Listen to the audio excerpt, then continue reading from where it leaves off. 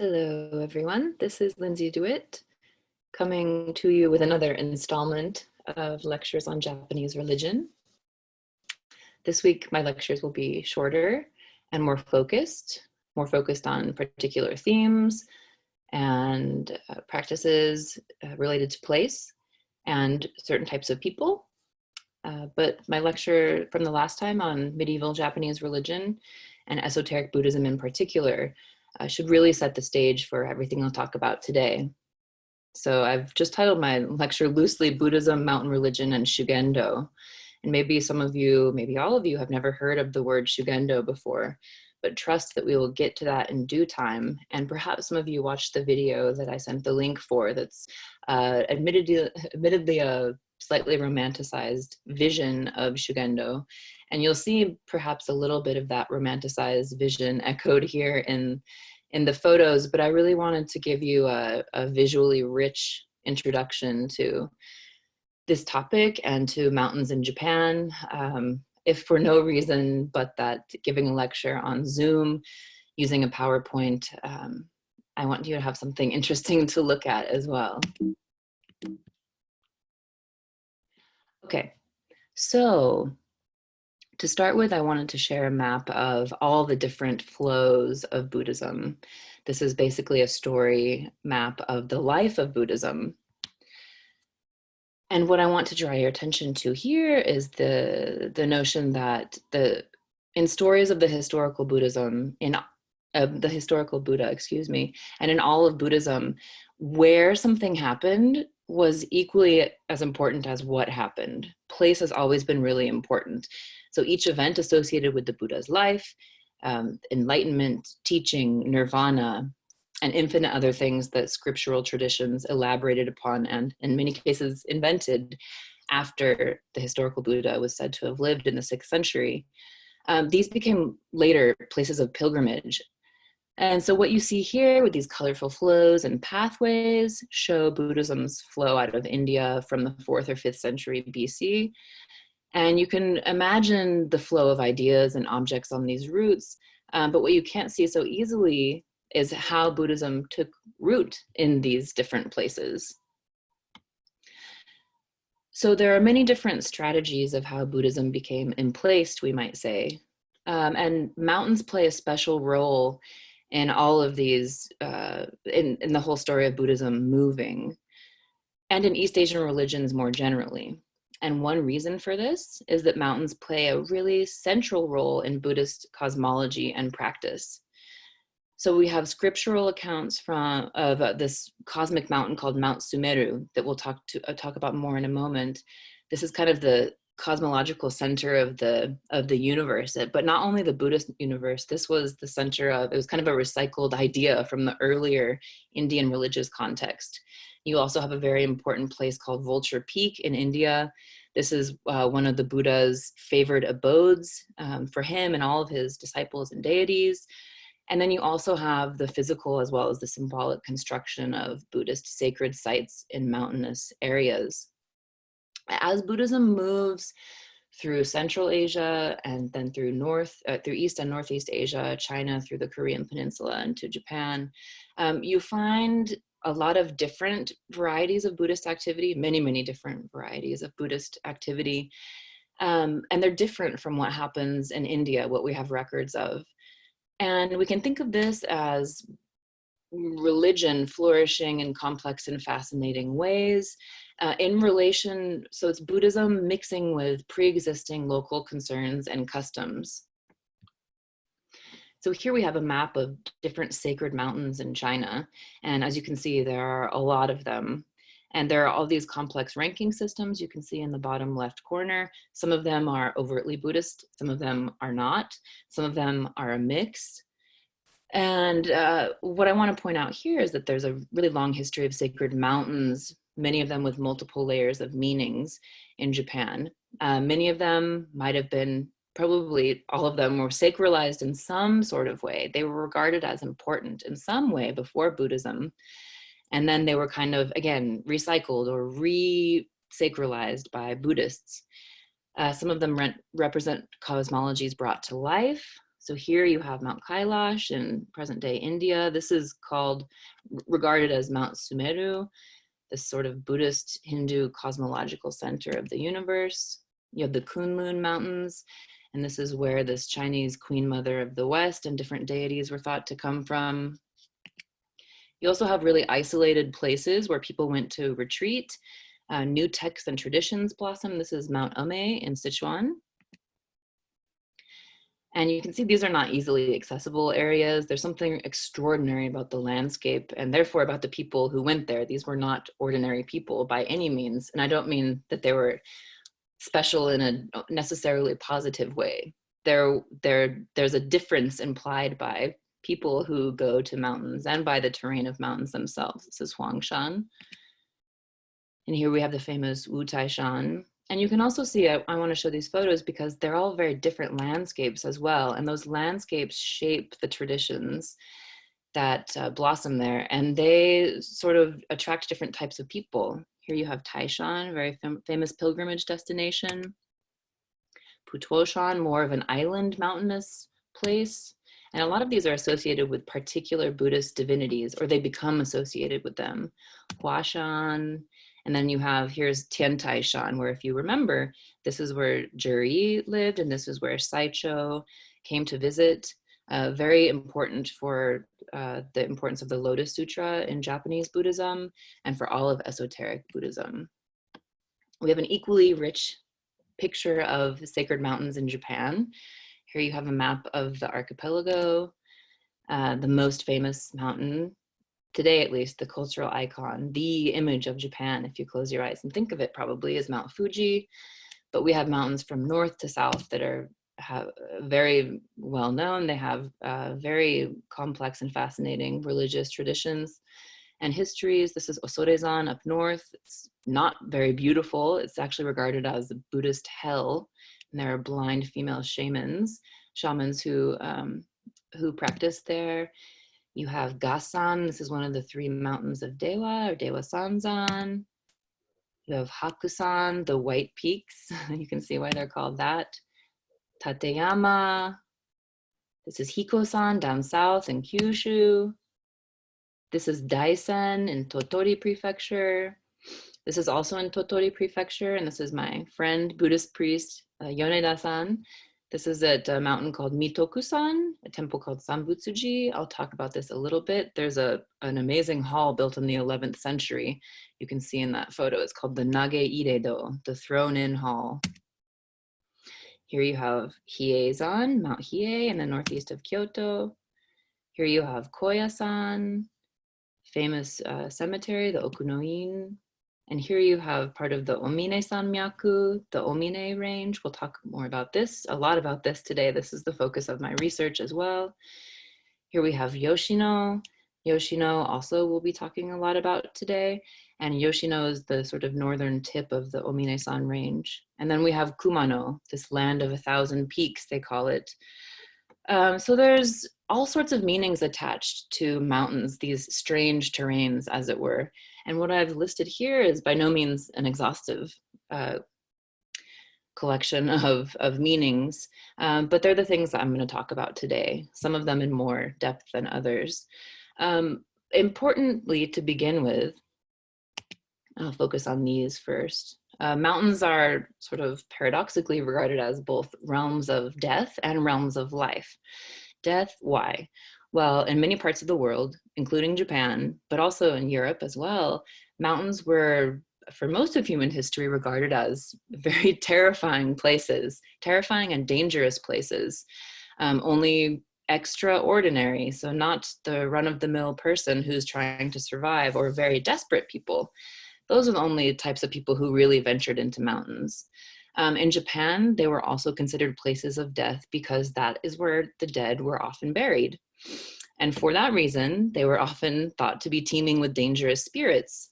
In other words, what dead people turned into.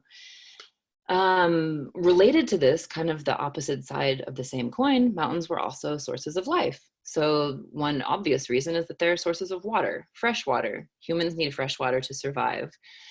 There's a very rich variety of the biodiversity, flora and fauna. So mountains are very closely associated with fertility, fecundity, and how to pray for that fertility and fecundity to benefit you. Now, something that Japanese folk religion scholars often focus on is exactly this sort of fertility, fecundity, and the idea that mountains are mothers. So you have a sort of gendered conceptualization of mountains. And here we have a very famous water dividing or mikumari shrine, and this is at Mount Yoshino. And we have some very famous examples of artwork, as well as the shrine itself from the 13th century. This is a national treasure. So the idea that the mountain god was a female deity, a female divinity, and by praying to her, by protecting her, by placating her, it would bestow agricultural fertility and in the form of fresh, clean water, safe childbirth, hunters being rewarded with plentiful game. And also in the case of Buddhism, you have the idea that these local indigenous mountain gods or goddesses, as it were, and sometimes it's a couple, a female and a male god, they grant permission for Buddhist monks like Kukai to come in and build temples. But they're not these nice, calm creatures as we might have it, this idea with mothers being this nurturing, calm, caring. So female mountain gods are thought to be pretty dangerous as well. In Japan, you have a widespread lore about female mountain gods being jealous, and jealous in particular of real women. So if real women come into their realm, very bad things happen. And I'll talk a lot more about this in my companion lecture. This is one of it's been fascinating, especially to me, and this is the focus of my research, of the relationship between women and gender and mountain space and religion in Japan. But to be honest, a lot of how ordinary people and even not ordinary people conceived of mountains in ancient Japan remains quite a mystery. There's no pure state of indigenous Japanese mountain religion, although, as is the case with Shinto, you hear this quite frequently in the popular and even in the scholarly collection of scholarship and discourse. So Shugendō is often touted as the indigenous Japanese mountain religion. So as you should be very familiar by this point in this class, we can think of mountain religion, just to preface everything that comes from here, as a collection of cultural flows from the continent, Buddhism, religious Taoism in particular, which in Japanese is called Onmyodo. You have ideas drawn from Korean mountain cults and shamanism, which was heavily populated by women in Korea. And this is thoroughly enmeshed with local beliefs and practices. But we do know for sure that esoteric Buddhism really influenced mountain religion in Japan. So to go back a little bit to why mountains are so important in Buddhism, this Mount Sumeru that I mentioned, and here's just a couple examples of this cosmology brought to life. Mountains that are called Mount Meru, the Shumisan, that's the at least the Japanese pronunciation, the caves in China. You have another mountain, Sumeru Parbat in India. And the very earliest Buddhist texts that we have still that survive in the Pali collection, the Tripitaka, and other key texts like the Mahaprajnaparamita, the Abhidhammakosha, texts that became very important in Japan from the beginning, they talk about Mount Sumeru as this, it's used as a metaphor for size, for stability, for this is the most important, this is the axis of the universe. And we have examples of this in Japan as well. And I just want to point out, this photo is actually quite powerful. This is from this last week. You had all the religious leaders, or many religious leaders in Japan, who gathered together in front of Todaiji Temple in Nara, which houses a giant Buddha, to offer prayers for the pandemic to pass swiftly and without so much suffering. So the great Buddha inside, though, on the lotus pedestal upon which the great Buddha, who is a manifestation of Vairochana. So this is kind of the first monumental project you have in Japan of Buddhism being brought to life. And you find that the Buddha is actually sitting on a mountain, and that mountain is Mount Sumeru.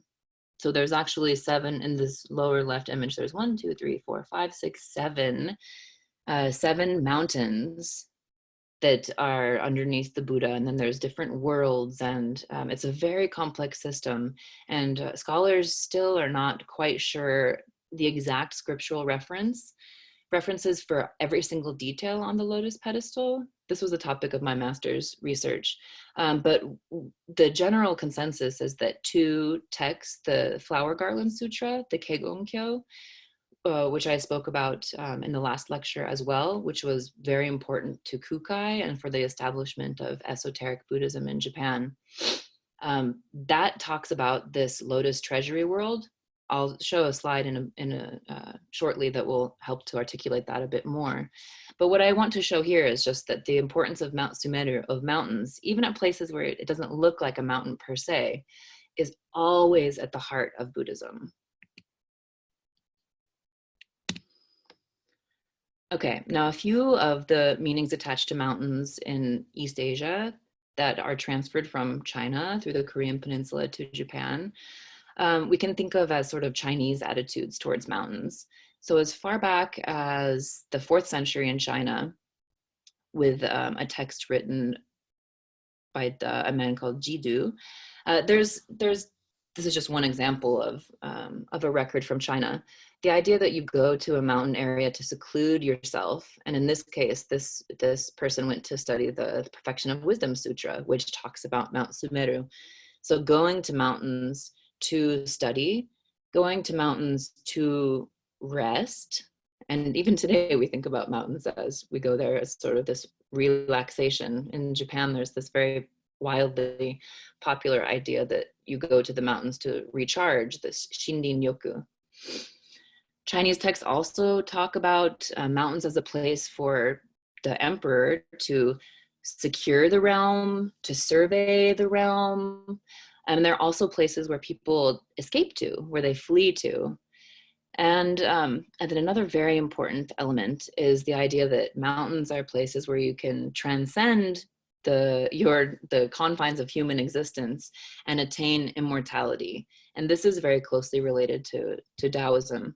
So to bring those ideas to life, I want to talk for just a moment about one mountain in China, Wutaishan, Mount Wutai. And this mountain is known as Wutaishan, or there are 5, I'll show you in just a moment here. It's a little bit hard to see in this rendition, but you can see at the top, there are different sort of peaks that are surrounded by clouds with temples on top. So there are 5 sort of platform mountains. And just to go back to this photo quickly, this is not a mountain it's kind of you travel up into the mountain and then it's a series of rolling mountainous hills, and there are 5 of them. So like I said, all the mountains are different, and this shapes the tradition that develops around them. But this was known before Buddhism by Taoist names: the Purple Palace Mountain, the Transcendent Capital. And this map was created by a Mongolian monk. It also became this very intensely rich center of Buddhist pilgrimage and practice. And a lot of Buddhist practitioners and pilgrims came from Central Asia. They came from Japan as well. And the sort of cult of Wutaishan, many, many different temples, as you can see on this map. This is not just one specific place, kind of fanned out from here. And you have a 6th century text talking about people taking refuge, seeking relief from political chaos. But then when people came to look for them, no one could find them. So they said, oh, they must have became immortals. And this then became regarded as a transcendent paradise. A collection of legend and lore and recollections, and they contribute to these ideas that give a reputation to certain places, right?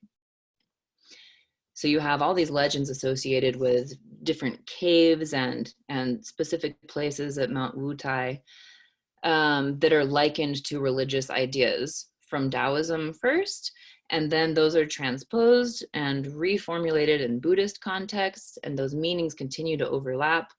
Mount Wutai is known today as the abode of one specific bodhisattva, Manjushri, or Monju in Japanese, who rides an elephant, embodies wisdom. And you find Wutaishan in the Korean peninsula, you find it in Japan, Godaisan, and in other parts of China as well. Now I want to take this idea of Taoist inflected beliefs and traditions, particularly associated with immortality, and give you just one example of how they became important in Japan as well. So this is like the oldest example of Japanese prose narrative, the Taketori Monogatari, Tale of the Bamboo Cutter. And the story is about a bamboo cutter who is working deep in the mountains. He discovers this tiny supernatural being, this tiny girl in a bamboo stem. He raises her, and through her magic, he becomes rich. So whenever he chops down a bamboo, he finds coins in there. And if we skip to the end, and I apologize, this is a spoiler alert for those of you who are not familiar with this tale, she goes back to her true home, which is the Palace of the Moon. But before she does that, she leaves an immortality elixir for the emperor and a note that it can be found on Mount Fuji. And the character for Mount Fuji is written with these characters. You can see on the bottom, here we have, they all say can be pronounced Fuji. But one is Mount Fuji as it's written today. One is to not die. And one is not to. So this unity, which reflects the Lotus Sutra. Okay, so now I'm going to move more squarely into Japan, but keep in mind that the link with China and India is always there. And we'll talk about mountains as mandalas, mountains as pilgrimage sites, and mountains as sites of strict austerities. And this will get us right into Shugendō. So here's our map of Japan again. Here's Mount Fuji, which, like Sumeru, is talked about in sources as old as the 8th century as this symbol of steadfastness. So here we have in the Manyoshu, the earliest collection of poetry, that since the heavens and earth were parted, it, Mount Fuji, it has stood godlike, lofty, and noble, the high peak of Fuji. But I'm not going to be talking about Fuji anymore today, and this might surprise you, but you might also be even more surprised to learn that Mount Fuji is in a category, well, it's not surprising that Mount Fuji is in a category of its own, just based on the terrain topography itself, but people didn't go onto or into Mount Fuji until relatively late in Japan's medieval period. It was so feared. It was also active as well. So it was not a place that people entered into, and entering into the mountains and mingling with, benefiting from, identifying with what was in there, namely the Buddhas and the gods. This becomes the quintessential characteristic of Japanese mountain religion. And this just wasn't really the case with Mount Fuji. So it was worshipped from afar. And the capital, if you recall, is in Kyoto, present-day Kyoto. So most people never really went there. There was an eruption in 849, and some of the news, of course, traveled back to Kyoto, and people would write stories about the shape of it. But most of these poets and writers had never actually seen it with their own eyes. Where we're talking about today is where this red circle is now. This is the Kii Peninsula, the Kansai region and the Kii Peninsula. And these sites in particular. So on the upper left, we have the Ōmine-san range. Upper right, we have Yoshino, which is the north of the Ōmine-san range. Bottom left, we have Kōya-san. It's difficult to get a nice photo of Kōya-san because it's actually a valley nestled within a mountain. And here we have the Thousand Peaks of Kumano again. So these are very different aesthetically from the conical shape and the volcanic nature of Mount Fuji, right? These are places that you have to go into to see. So pre-modern people would never have been able to have this view of Kōya-san, for example. But there's not just this one iconic peak that you're thinking I want to go to. It's the whole act of entering. So who was entering? The history of imperial journeys connected to mountains is very long in Japan. It actually, these textual sources are the earliest pseudo-historical records in Japan. The Nihon Shoki in particular, the dynastic history compiled in 720. The Kojiki, equally important, although a bit more problematic. There are not really records of it being known until much, much later in the Edo period. And then the Manyoshu, this collection of poetry from the 8th century. And it, along with archaeological evidence, tells us pieces of a story about engagement with mountains emerging from earlier than we have historical records in Japan. And Saimei Tenno is not the first figure associated with it, but I'm just listing a few important pieces of the puzzle here. So there are records in the Nihon Shoki of Saimei, who was in the Asuka capital, and made various replicas of Mount Sumeru around the Asuka capital. And she also built or conscripted the building of a detached imperial palace at this site called Miyataki. It's known today as Miyataki. So this is on the northern bank of the Yoshino River. It's not on the mountain that you see in the background here. It's just below at the river. She didn't invent this as an important or a sacred place. And I want to point out here that as was the case, or as is the case in China and in all other places, sacred sites don't so easily just appear. They're often recycled or they're taken over by certain people. And in the case of Miyataki, in the case of Japan, a lot of these sacred sites were previously inhabited by other clans who were then taken over by the Yamato clan, who became the imperial lineage. And sort of the history was rewritten. So we know there's evidence of this being an important site for clans before Saimei. But after Saimei's time, and particularly because our evidence for this comes from imperial textual sources, our vision of how mountains were engaged in is obviously skewed towards the elite. But we know that it became an important place. So subsequent rulers, Tenmu and his consort Jitō, who later reigned as a Tenno herself. And Tenno, I hesitate to use the word emperor because for many reasons that I don't have time to get into today. But I think Tenno as a sovereign, the ruler of Japan. She ruled after Tenmu died. So there are traces of them rebuilding on the same site. Emperor Shōmu, who constructed Todaiji and the Great Buddha after that, and Emperor Uda Tenno, and there I just said Tenno, I said emperor, in the late 9th century as well. So all of these textual sources I have listed here, and others, they portray Yoshino in particular as this place that's full of beauty, full of power, and full of magic as well. Tenmu goes to Yoshino to, as the text says, practice the way of the Buddha. And some scholars, in particular Torkel Duthie from UCLA, who I was able to study with during my PhD, and other professors, other scholars as well. The idea of this wasn't pure Buddhism, right? There's a lot of elements of Taoism, seeking immortality, becoming adept in the arts of invisibility and astrology coming into play. His consort and successor, Jitō, there's records of her visiting this Yoshino palace 31 times in the 10 years she reigned. This is 4 times a year.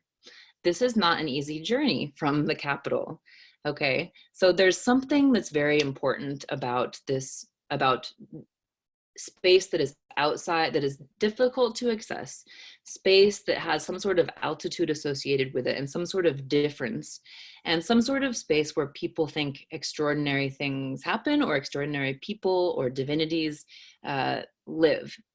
And there's some evidence that Jitō Tenno was going to Yoshino to worship this female mountain god I showed you, the water dividing deity, to pray for rain and a bountiful harvest. and you need rain and a bountiful harvest if you are going to rule a calm and peaceful and harmonic realm.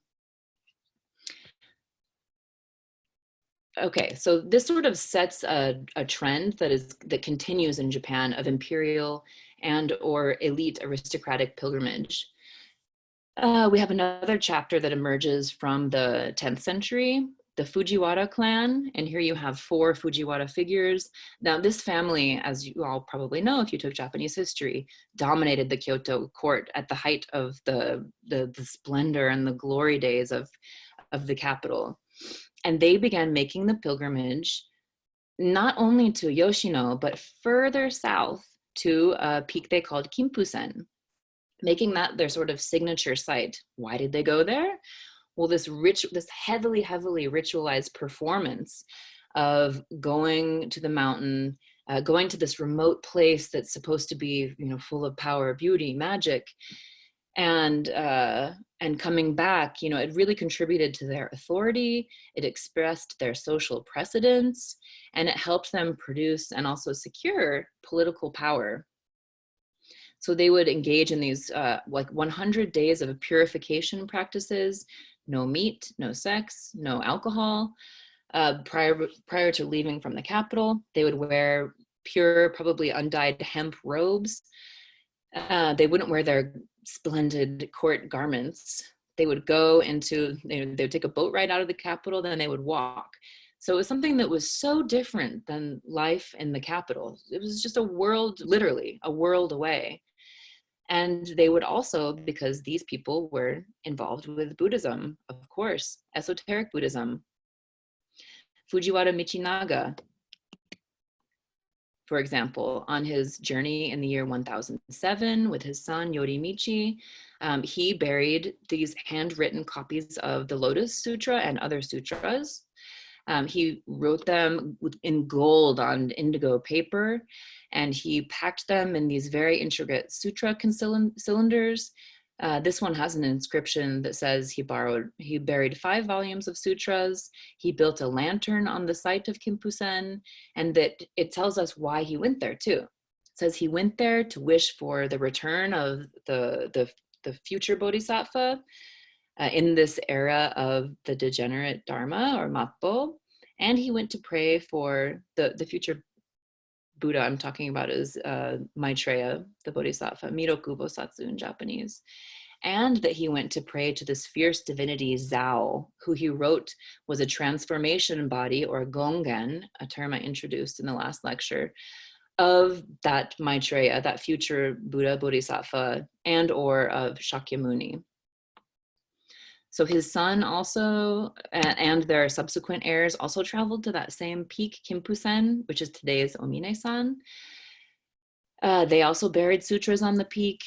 A lot of these sutra containers and copied sutras that we've found excavated from the 17th century into the 19th century, and even things are still popping up.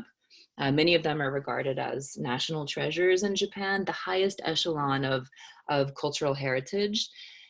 This was buried by his son. The incredible amount of energy and time and resources that go into making these elaborate, beautiful, votive offerings to take to this wild, dangerous, spirited place tells you something about the power of these mountainous spaces. Here's another one, also said to have been buried by the great-grandson of Fujiwara Michinaga. But then we find sort of wrenches thrown into the story. So these are gold, pure gold, Buddha and Bodhisattva images. They're quite small, but they're from even earlier. They're earlier than the Fujiwara pilgrimage that we know about. And this is a good reminder that we know far less than we know. So the picture we have is very limited and probably definitely biased toward the evidence that we have. But here, we don't even know all about elite mountain practices. So we're not exactly sure. Yes, we have the sutras and we have the tradition of mountain pilgrimage by the Fujiwara clan and those that come next, but we're not sure. You have here a Buddha and a Bodhisattva. This was only found in 1984.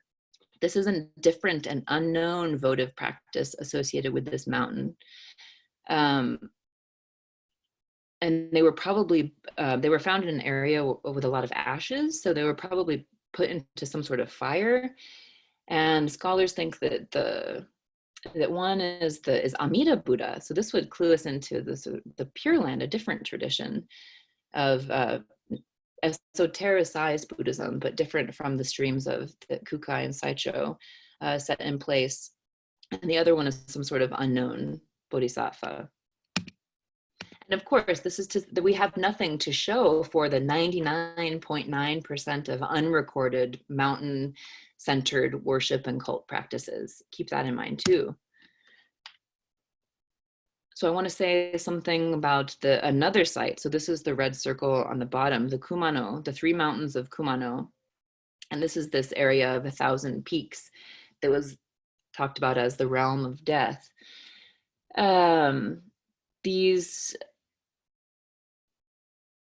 Okay, so aristocrats and rulers, beginning with Uda Tenno in the 10th century, they started visiting another pilgrimage site that eventually displaced the prominence of Kinpusen and became the elite pilgrimage destination. And this is the Kumano Sanzan, and here's some visual snippets. And we have a map in the lower right corner, and those 3 mountain-looking places, mountain-looking sort of shapes are the Sanzan, the 3 mountains. But it's really 3 centers of kami worship that are situated within nearby mountains and along waterways as well. You have the most famous of them by far, the tallest waterfall in Japan, Nachi Falls on the left. This is the Kumano Nachi Taisha Grand Shrine. We don't know many or most of the details of these long cult histories associated with these sites that predate Buddhism. But we do know that from the Nara period, they became sites of seclusion for Buddhist ascetics. And by the 11th century, they became affiliated with, and here I'm gonna ask you to recall from my previous lecture, with the Tendai school, the Jimon branch, which was at the base of Mount Hiei, and its head temple Onjoji, which is also known as Midera. So the reason I'm telling you this very detailed bit of information is that I want you to recall that, yes, while 99.9% of people who went to the mountains are probably, they're unrecorded, undocumented people, but the very, very worldly, the very institutionalized, the elite, the highest echelons of Japanese society in pre-modern times, they became patrons of the mountains as well, and they came to sort of govern religious practices there. So all 3 of these key centers of kami cult worship that then became centers of combinatory Buddhist and kami worship, they came under the purview of the most institutionalized elite institutions in Kyoto. Okay, and I also mentioned in my last lecture that this trend of emperors retiring as soon as possible and then sort of ruling from behind the screen like the Wizard of Oz as Buddhist priests. And Uda Tenno, who became Go-Uda when he retired, he took a pilgrimage to Kumano in 907. Let me just show you the dates of them as well. So this is after he reigned. Now he's the retired emperor. So he sort of he's the first one that we know went to Kumano. And then the next, as Go-Kazan, Kazan Tenno as Go-Kazan, took a different route, but also went there. But Go-Shirakawa, who ruled as Shirakawa first, he went 33 times the first trip in 1160. So this really solidified the place of Kumano as part of sort of center or centrist religious practices in Japan. And from the 11th century, from the time that all these people from the capital, these people associated with the center, they started coming to Kumano, and then pilgrimage to Kumano just exploded. It became extraordinarily popular, which it remains today. And this map is actually one example of that. So the whole Kii Peninsula, all the sites on this map have since 2004 been designated as a World Cultural Heritage Site by UNESCO. And this was not only limited to male aristocrats and rulers. Kumano pilgrimage was quite democratic, and it boasted this huge cast of characters, women and men and commoners, warriors, aristocrats, priests. It became so popular that there was a saying that started circulating from the 15th century, the Kumano ant pilgrimage. So Ari no Kumano Mairi. So there were so many pilgrims that they were like ants crawling on the routes. So you can sense already this kind of opening of the mountains.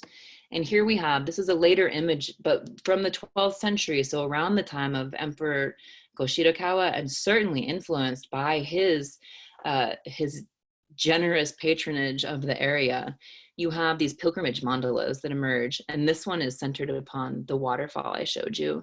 And you can see the waterfall on the upper right.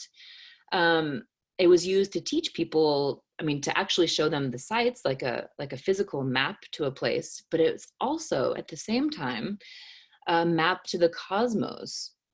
And that is why it's called a mandala. And this is to segue us into the most important key element of my lecture today, that all of mountain religion in Japan, as we know it today, is intimately connected to esoteric Buddhism. So mountains became mandalized. They became identified as physical manifestations of mandalas and of entry points into other worlds. And I already mentioned something of a new ethos for mountains is developing in Japan after the formal introduction of Chinese culture and Buddhism from the 6th century. I promised I would come back to this. This is a rubbing of the giant Buddha at Todaiji in Nara, of the lotus petal, of the pedestal upon which he sits. And here you have this lotus treasury world from the Keigon Sutra, which was a very important esoteric text circulating from the beginning of Buddhism in Japan. And it outlines these Vajra mountains, this Mount Sumeru. This is beginning, this is the rooting of the mandalization. Remember, Kukai was very influenced by that text. You have at Mount Hiei with its rich Taimitsu esoteric practices. You have the mandalization. Here on the right, you have a Sanno Miya Mandala. And I talked about Sanno, which is the mountain god, who is represented as the monkey at Mount Hiei. And at the top, you can't see all of them, but there are 21 gods and Buddhas. You can see Fudō, I can identify a few of them. This complex system of matching local divinities, Buddhist divinities, and accessing them by entering into the mandala. And then you have this amazing tradition called the 1,000-day circumambulation practice. It's also often called, these are called marathon monks. There's a book, there are some documentaries, the Sennichi Kaihō-gyō. This is circumambulating, trekking across these mountain circuits in 100-day circuits over the course of 7 years. And the idea and the reason why they wear white is that you are dying. And some people do die physically during this practice. You're dying to become one with Fudō myōō. This is one of the central esoteric Buddhist divinities.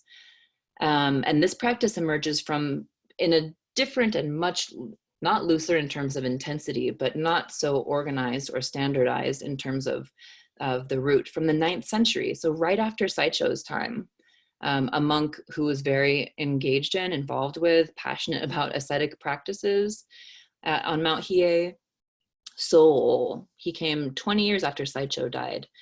And now this still happens today. It's very fascinating, like I say. So please take a look at, if you just type in Marathon Monks Mount Hiei, you can find a lot of resources. So this is about entering the mountain as a mandala. Of course, we have Kōya-san. Now Kukai, although he was insulated with the royal family, he had his Toji temple in Kyoto. He chose to center his Shingon tradition of Buddhism at Mount Kōya. And this is very far away. This is much farther away than even Yoshino. I'll show you on the map again. This is a mountain really far away from the capital, and he wrote, according to the sutras, meditation should be practiced preferably on a flat area deep in the mountains for the benefit of the nation and of those who desire to discipline themselves.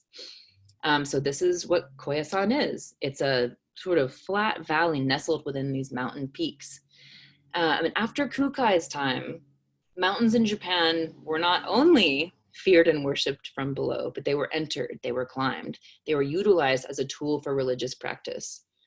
Okay?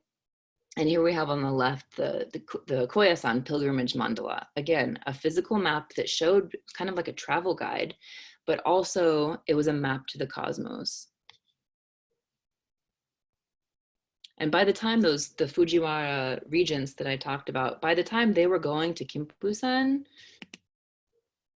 in the Ōmine range, they knew about this, okay? This is why they were dedicating texts. This is why they were spending all this time and energy and effort and cost and inconvenience and uncomfortableness to go to these places, because in the context of esoteric Buddhism and owing to the influence of esoteric Buddhism, they could enter into the mandala and into the realm of the Buddhas and the gods, and become sort of reborn in the womb or the diamond, and then go back to worldly daily life with this enhanced power and prestige that comes from these otherworldly sources. So here you can see, I've tried to layer this mandalization with these two maps, layered these two maps to show you. You have the Nara, you have Kyoto, Mount Hiei, Yoshida, where Yoshida Shinto that I spoke about up in the north. Then if you go straight down south, and remember, or maybe I forgot to say this, but the directionality of everything is extremely important, not only in terms of the mandala, but again, this comes from feng shui, Chinese traditions of geomancy. I mentioned a few weeks ago that Mount Hiei in the northeast of Kyoto, its location made it even more powerful than people just going to seclude themselves and practice Buddhism there, because the northeast is the direction where the evil forces come from. So it served a protective role. And the king is always, in terms of Chinese notions of kingship, the king always faces south. So all Buddhist temples in Japan face south. All Buddhist images, or maybe I shouldn't say all, but the general idea is that they should face south. So if you're south facing, you can see all these potent sites that develop are directly south of the capitals, the old capitals and the Kyoto capital.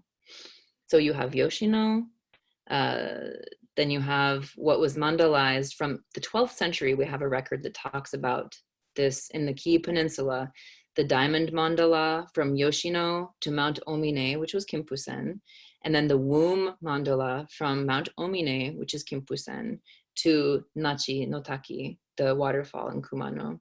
But you can see Kōya-san is sort of down and to the west here. It's a bit removed, but it's connected by pilgrimage routes. So there were ideas that these mountains flew over, they were parts of the Vulture Peak that Shakyamuni preached the Lotus Sutra at, or it was the Japanese version of Mount Wutai. And the members of the elite stratum who started these journeys into the mountains, they knew about this, as did the esoteric Buddhist practitioners who started living at Kōya-san. Yoshino was not this esoteric training site as Kōya-san was, but the tradition of pilgrimage that became more and more popular. People knew about this. So now with all this in mind, we can finally get into Shugendō proper. And Shugendō, to parse the characters you see here, it roughly translates as a way, the do, of a sort of method, shu, of attaining signs or evidence, gen. And it's thought to be this acquiring magical powers or supernatural powers in the mountains. So you're acquiring these signs of the Buddhas and the divinities. It's a way of acquiring or attaining that, entering into that world in the mountains. And the key elements that you see here are fire, water, and mountains. So the core practice is entering into the mountains, which is known as nyubu or mine-iri. retreating there and practicing asceticism to gain religious and magical powers. This idea I introduced in my previous lecture of Sokushin Jōbutsu, becoming a Buddha in this very body. Shugendō is the realization. You can think of Shugendō as the tradition that is premised upon, this is the central goal, okay? And I'm just going to talk a little bit about one particular site of Shugendō, the sort of heartland where it first developed at in the context of everything that I've spoken about so far. So imperial and elite pilgrimage, as well as the specific orientation, geographical orientation and place in the Kii Peninsula, these sites, the rise of esoteric Buddhism with Kukai and Saicho, it all sort of converges in the Ōmine-san mountain range and in Shugendō. And now I also have to say that Shugendō practitioners say that it began 1,300 years ago, thanks to its revered founder, which I'll talk about in just a moment. But what we know as Shugendō, the word Shugendō itself also, was not really used until the 13th or 14th century, and it really didn't become this self-conscious established tradition until into the Edo period. But Shugendo-like practices, asceticism associated with mountains and influenced, inspired by esoteric Buddhism, goes back to the time of Kukai and before even, these undocumented 99% of practitioners. This range becomes this mountain range, and there's a map of, these are 75, they're called nabiki. These are sites of ascetic practice, that these ritual peak enterings, you stop at every single site. You some of the rites and rituals are secret and you don't know what they are, but they pretty much, they all entail chanting the Heart Sutra. There's usually fire involved in some capacity, water involved in some capacity. There's a range of extremes, extremes being meditating and secluding yourself in a cave. This upper left image is of a place called Shō no Iwaya. This is a place where people meditate for 100-day spans, regardless of the weather. This is not even really a cave. It is fully exposed to a mountainside. If you're facing it, you can't walk back very far because it's a drop off into mountains.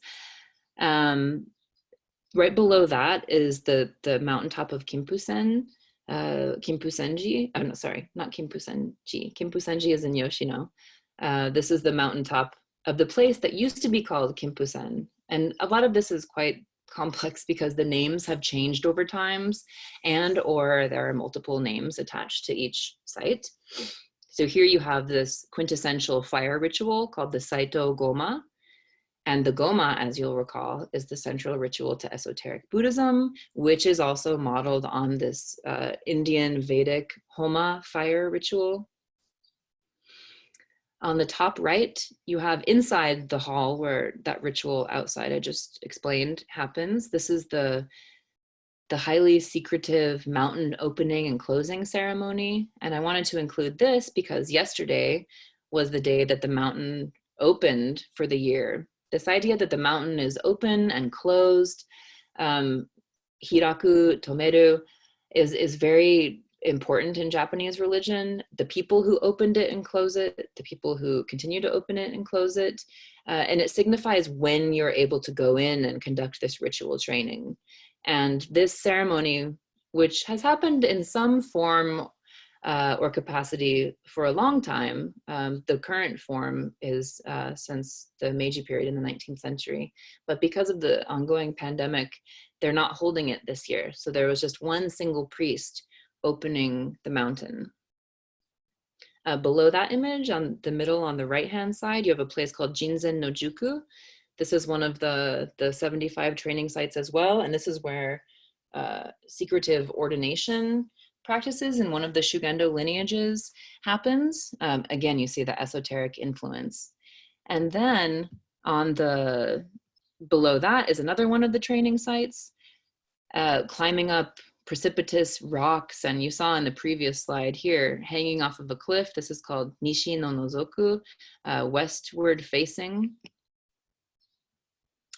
And then on the lower left here, you also have, as in the case of Mount Hiei with the circumambulating, you have a tradition that's very, very rare at Ōmine-san as well, of doing the mountain circuits of all these training sites for 1,000 days over the course of 7 years. And there was one person who's known as a living Buddha now, Shunuma Ryojun. He completed it in the 90s and almost died. He's only one of 3 people we know of who's ever done that. So the people who do all these things are known as Shugenja, or they're known as, just to back up one more time, I apologize for the back and forth, as Yamabushi. So you can see by the character for Yamabushi, you have mountain on the left, and then the character on the right means to prostrate or lay down. So the idea is laying down or prostrating in the mountains. And also the right-hand character, if you parse that one, you have the radical is for human on the left, and then on the right you have the character for dog. So it's kind of this this differentiating and coming together of the animalistic nature, the human nature, and doing it in the mountainous setting. Okay, now the first Buddhist practitioner to promote, who we know, we have records of, promoting this cult of Ōmine, setting the stage for Shugendō, who's revered as one of the, he's revered as the restorer of Shugendō for a reason I'll explain in a moment. He was a disciple of Kukai. He also is the founder of the Kyoto temple Daigoji, which is situated at the base of a mountain, and he is said to have opened the mountain behind it. Here you have a map today. This is a very important, also a World Heritage Site temple, Shōbō-rigen Daishi. But really, the figure associated, when you hear Shugendō, people are talking about Enno Gyōja. So he's the semi-legendary, mythologized, revered traditional founder of Shugendō, said to have lived in the 7th and 8th century. He left no teachings, there's no writings or disciples, but honestly, in the Japanese cultural imagination, he ranks close to Shotoku Taishi or Kukai Kobodaishi. Incredibly wildly popular, and also the legend and lore centered around the Ōmine-san range and also a nearby mountain where he is said to have lived. It fans out all over Japan. So like I'd mentioned with Wutaishan, you have this one specific place that becomes modeled in other places and replicated. Enno Gyōja, like with Kukai, you can go to a temple in northern Japan, and this painting is from Tochigi Prefecture. It's nowhere near Nara. It becomes emplaced and rooted there too. So you can see, like, Buddhism moved to so many different places on these different routes, rooting itself along the way. So did the tradition of Enno Gyōja. And we start to have depictions of Enno Gyōja, physical representations from the 12th century. The one on the left is the oldest known image, and this is from Yamanashi. So by the 12th century, this supposedly local figure has already traveled a lot. And here you have a 12th, 13th century, 14th century images. These next 3 slides, I'm not going to go into detail, but I'm going to include them. I included them because I want you to have them in the PDF so you can see how a legend kind of takes shape. This is the earliest historical, semi-historical record of the person who becomes Enno Gyōja. And he's kind of like a human type figure. He's some sort of shaman or diviner, but there's little connection to Buddhism, and certainly not any connection to what we know as Shugendō. Then we have a text from a bit later, 100 or so years later, the Nihon Ryoiki. Now he's become this definite Buddhist. There's also Taoist inflections here. Then by the 16th century, this text that you can read later, he's been fully mythologized. He's fully Buddhified, and his biography actually reads similarly to the historical Buddha. So this idea of mythologizing is a really another fascinating element of the whole story. But even by the end of the 11th century, so when you have these aristocratic pilgrims I've talked about going to Kinpusen, this is already some 300 years after he is said to have lived. They're writing about going to the mountaintop, going to the worship hall there, and experiencing the traces of Enno Gyōja's practice of the way. Okay, so they also talk about visiting the boulder that the divinity Zhao sprung forth from. And I'll talk more about Zhao in just a moment. So Enno Gyōja becomes this famous sort of tabula rasa of any sort of thing connected to mountain religion in Japan. If it's connected to mountain religion, which means it's connected to esoteric Buddhism and kami worship in some way, then Enno Gyōja probably founded it. So he must have been very, very busy. The emperor in the 18th century, 1799, Emperor Kokaku, gave En the title of Great Bodhisattva of Divine Transformation. So you can see how popular he became and how popular this figure remains. So here we have just a few early modern and modern images. The top left, he's a character in Naruto, an anime. The middle one is a drawing by Hokusai, famous ukiyo-e artist. Enno Gyōja has become a cosplay character, as you see on the right. And then on the bottom, on the right-hand side, you have this new, you know how in Japan, well, maybe you don't know. In Japan, certain locations like Nara and Kōya-san, not only mountains though, by any means, these local characters that sort of signify the town or the area. And Ozu-kun, who's supposed to be the child version of Enno Ozunu, who's also known as, or more popularly as Enno Gyōja,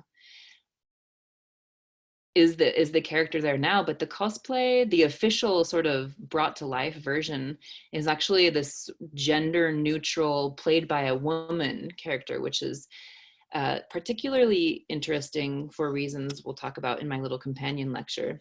And then you have this Enno Gyōja na, this female version of Enno Gyōja, who's the character of the temple that Enno Gyōja's mother, it's said to be her family temple.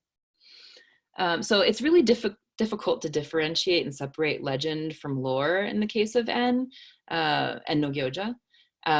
Does it matter? That's a good question to think about. But this is the face of Japanese mountain religion and Shugendō. So here is the place where, from the late Heian period, people wrote about going there to experience traces of Enno Gyōja, and about Zhao. So we don't see Zhao in this picture, but we see in the bottom left corner a divinity there. And this divinity might be familiar to you because it's Fudō myōō. This is one of the central deities patronized by Kukai, one of the deities of the esoteric mandalas, this fierce guardian divinity who through fire and fierceness vanquishes all the evil forces. But Zhao Gongen, or Zhao, this treasury king, becomes he is I guess they're not gendered per se, the principal deity of Shugendō. And this, going back to my previous lecture again, I talked about Honji Suijaku interpretive strategies as the identification or matching of local, not local necessarily, but Buddhist divinities and originally non-Buddhist divinities. This system of mutual identification, one is the base, one is the traces, and Zhao is one of the earliest documented objects of this. So to begin with, the earliest records we have, it was not Zhao Gongen, but it was Zhao Bosatsu. And again, we have the primary source of evidence we have from this is material evidence, like this sort of huge bronze, and maybe you can get a better size of how actually large it is. I was very struck by the first time I saw this giant. I don't think one person could have even carried the whole thing. There's an inscription on it that says the year 1001. So we have this sort of elite biased forms of evidence, but they signified the extent to which mountain religious practices had already gained popularity and importance in Japan by the year 1000. So early records talk about Zhao Bosatsu, then it becomes Zhao Gongen. So you have this this metamorphosis from a Buddhist deity that's probably out of the esoteric sutra traditions that Kukai brought from China, that becomes very locally flavored and becomes unique to Japan and to the Shugendō tradition itself.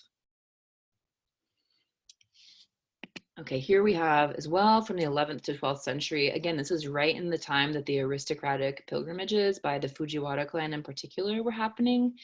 You have these bronze hanging plaques, and a lot of them have been found on the mountaintop, Ōmine-san or Kinpusen. Same mountain, one place, two names. There's actually three names, Sanjogatake.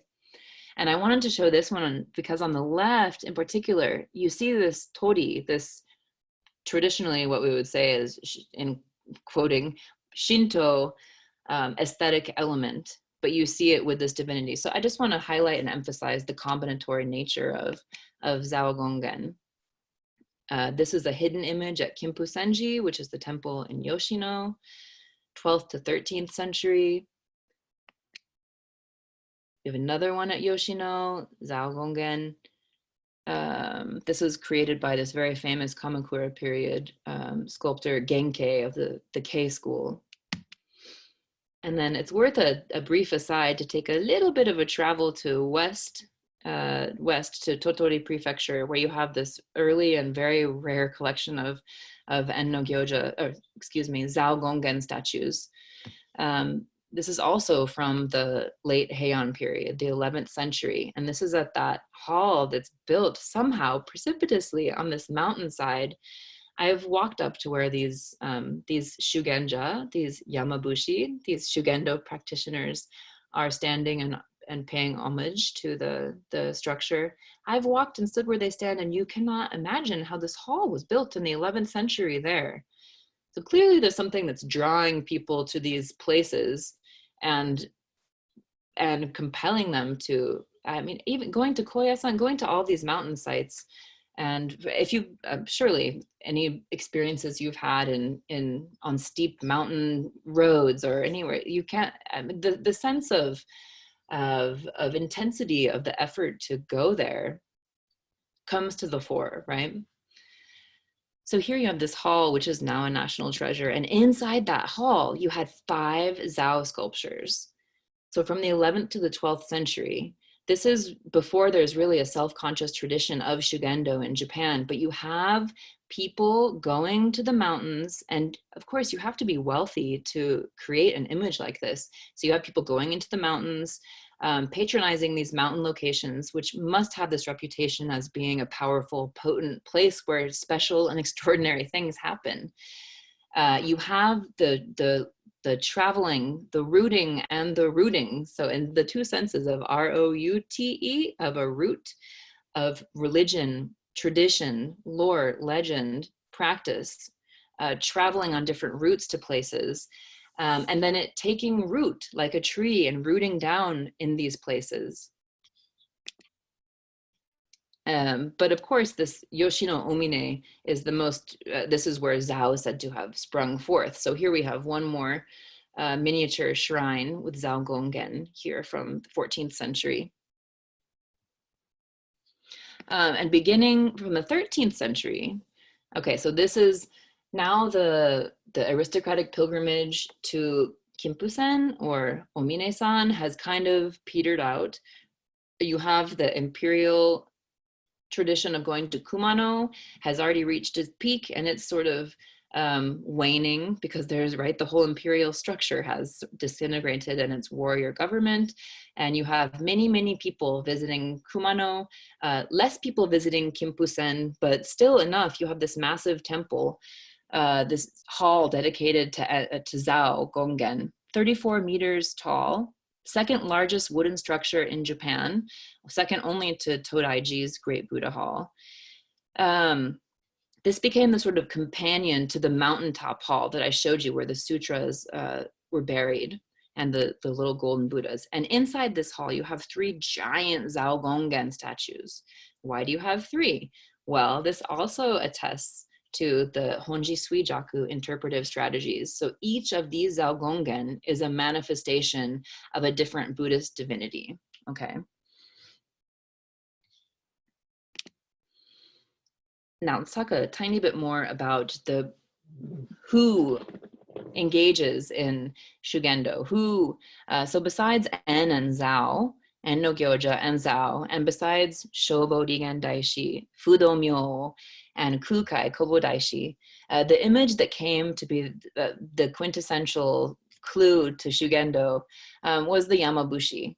So they were said to acquire these special powers in the mountain, and a lot of them operated outside this framework of well, certainly of elite and aristocratic pilgrimage practices, but they became sort of these like traveling healers and diviners, immediately recognizable by what they wore, right?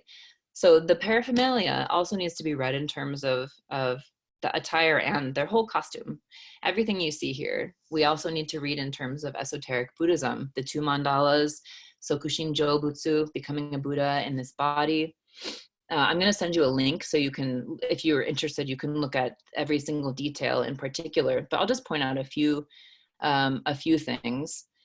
So you have, for example, in the lower left, you have, he's wearing a portable wooden box or an oi on his back. So in that, it's kind of a miniature shrine. So this is all symbolic of the womb world mandala. So it's the womb, it's the container, the storehouse that you have your objects of worship, your small protective amulets, scriptures, ritual tools, probably a vajra. So this is also thought to be this sort of embryo growing in the mother's womb, and there's a rope that should be attached to this conch shell or horagai that he's blowing, and that's the umbilical cord, and it's also Fudō's rope. And you see he has this blue sort of fudoshiki, like wrapped container above the wooden box, and this is supposed to represent the diamond mandala. He's wearing a sword. This is also linked to, well, not only to protect himself, but to replicate Fudō myōō, and also to cut wood and use it in the fire, right? So everything is completely pregnant with meaning and symbolism connected to esoteric Buddhism. And here are some different varieties of Shugenja, which is Shugendo practitioners, who are also called Yamabushi. Shugenja it's the ordained, the official practitioners of Shugendo. I could go into the mountain and I wouldn't call myself a Yamabushi, but I could call myself a Gyōja, an ascetic practitioner. Again, different terms, different words for similar practices, but they're all imbued with different types of meaning, right? So here, at least in the top left, you have one of the most important figures in Shugendo today. He's the head priest of the temple Sakura Mutobo in Yoshino. Shugendo gained institutional form, like I mentioned, between the 14th and 16th century, and it became, as Kumano became affiliated with and governed by the Tendai school in Kyoto, so did these different Shugendo lineages. And there's 2 of them in particular, the Tozanha, and this is connected to Shingon and the Hosso school, and connected to Daigoji and Shobo Rigen Daishi, like I showed, and Kofukuji in Nara. And then you have the Honzan-ha, of which this Tatsumi Ryonin-san, the priest in the upper left, he's within that lineage that's connected to Tendai and the temple Shogoin in Kyoto. But in 1872, and of course this is jumping way ahead, but it's a whole world and I can only cover a few things in this short period of time. In 1872, as part of the Meiji Restoration, which Professor Janecker will talk about, Shugendo itself was outlawed. It was prohibited, and anyone who was a Yamabushi or a Shugenja either had to return to lay life, or they had to become a strictly Buddhist monk or a Shinto priest. And the reasoning behind this was combinatory religious practices, because to the Meiji restorers, they could be subversive, they couldn't be controlled, they were completely outlawed. So that huge bronze figure of Zao I showed you, the oldest known iconographic representation of Zaogongen was actually junked, and it was found, it ended up in the hands of a Tokyo scrap metal dealer, and then it was just happened upon by a travel writer, and now it's in the Tokyo National Museum. But I guess what I'm trying to say here is that the Shugendo, that what we know about Shugendo, so much has been lost. Some of the pilgrimage routes themselves have been lost, but there has been this sort of revival or renaissance in the post-war period, and increase in scholarly work on the subject as well. And my work is one small, hopefully, contribution in that regard. And you also have a new sort of demographic of Shugendo practitioners, and that is ... women. So female Yamabushi, female Shugenja, in some traditions and lineages are up to 50% of the practitioners. And I'm going to talk about that more in my next very short condensed lecture. So for now, I just want to sum up a few key points about mountain religion in Japan. And again, this is a whole world, and I'm just sorry I don't have more time to introduce you to more, but please, if you're interested, don't hesitate to get in touch. First reminder, the limits of our knowledge. We know a lot more about elite people. We know a lot more about people who left records. We don't know a lot about the 99%.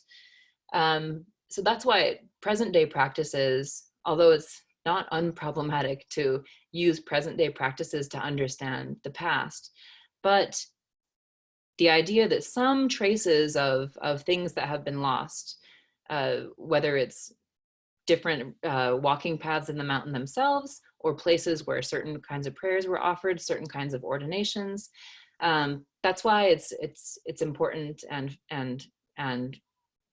also exciting to study what's happening today. Our knowledge is extremely limited. Second, mountain religion in Japan is birthed, it came into fruition in the context of esoteric Buddhism. So combinatory religious streams, two and three could be one point in and of themselves.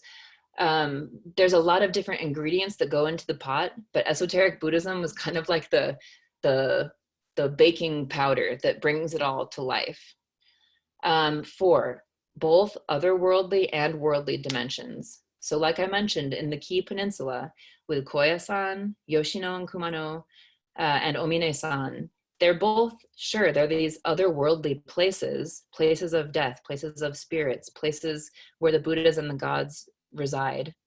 But they also become very worldly when people begin accessing them. And part of that is related to the type of people who went there and wrote about it and copied sutras and buried them there, and commissioned golden Buddha icons and buried them there. You have this very worldly set of connections that develops and can't be discounted. So it's not just this romantic image of losing yourself in the beautiful mountain mist. It's a very worldly, religion is both worldly and otherworldly in Japan at the same time. 5, mountains, the topography, the geography, the trees, the rocks, the location, the weather, all of that shapes mountain religion as well. So Shugendo, in some senses, it's not beholden, it's not this strictly rigid system that Kukai's esotericism, for example, with its very set ritual practices and sutras and texts. You know, the mountains themselves are give the final word. The 75 ascetic sites in the Ōmine range, those nabiki, you know, those places, those unique rocks, those scary places that you're hanging each other off of, those directly impact, I mean, those are at the heart of the religious practice and the worship themselves. And those change over time. Like I said, some of those practices and places have been lost and sort of rediscovered. And finally, mountain religion in Japan, like all religion in Japan, is very highly gendered. So mountain gods are often female for reasons I explained: water, fertility. Mountains connected to esoteric Buddhism, kami worship, Shugendō. Most of them were off limits to all actual women until the 19th century, until the Meiji Restoration. And some of them are still off limits to women today. So here's a photo from the main climbing entrance to Mount Ōmine. And if you can read Chinese characters, you know exactly what this says. This is a photo I was able to take. So a lot of these images I've been using in the background, they were commissioned by me, but they were taken from the top of Mount Ōmine, and I couldn't take them because I'm not allowed to go there. So in my next short lecture, I'm going to talk a little bit more about that specific phenomenon, women's exclusion from mountainous sacred sites. Thank you very much. I hope this was accessible enough and you could follow it. Please, I didn't hear any feedback from my last lecture in terms of comments or questions, but I am very open to it, and I'd love to, if you're interested in any of this, to share more. And with that, I will end the lecture. Thank you.